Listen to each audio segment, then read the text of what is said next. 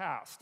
And what that means is you didn't map the territory well enough, and the parts of your brain that are alarm systems, anxiety systems, are saying, no, there's holes in the way you're looking at the world. There's holes in the way that you're looking in the world. And you fell in them once, and you don't know where they are, and you don't know how to fill them, and you don't know how to walk around them, and so you can't forget them, you can't forget them, you can't forget them, you can't forget them.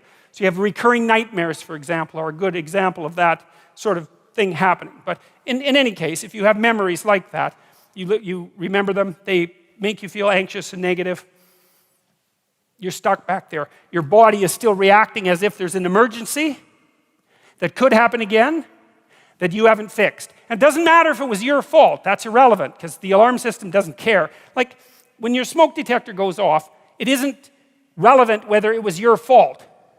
The smoke detector just says, house is on fire. And that's a bad thing. And your anxiety systems are like that. If they're tagging old memories with anxiety, then you have to do something about it. Or you will be tortured by those memories forever. Because that's how the alarm system works. And so maybe you need to go back there and clean things up. You've got to figure out, okay, well, how did this happen? What sort of role did I play? Even if it's a minor role, that doesn't matter, because the point is that you don't want to be put in the same vulnerable position again. So anything you can do to strengthen yourself is good. You know, and often if it's a really old memory, like maybe you were a child, you're not a child now, so you probably have a variety of techniques at hand that you could use to deal with a situation like that if it came up now. And so you have to update that part of your brain that still thinks you're 4. And lots of people have parts of them that are still stuck in some traumatic childhood experience. And they don't. I had a friend like that who had a terrible childhood, and I mean really, I've had clients with terrible childhoods, and his was like top of the lobster hierarchy in terms of terrible childhoods.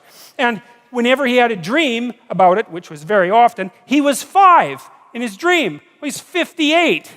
You know, he's not 5, but hadn't been updated, and so he was still 5 in his dreams. It was a complete bloody nightmares for him, complete with all sorts of terrible physiological symptoms, really hurting his life. He couldn't get himself updated, and he's much older in his dreams now, by the way. He's up to about 45, so which is way better than 5, you know, because you can't fight back when you're 5, but you can fight back when you're 45, especially if you have some experience at your disposal. So anyways.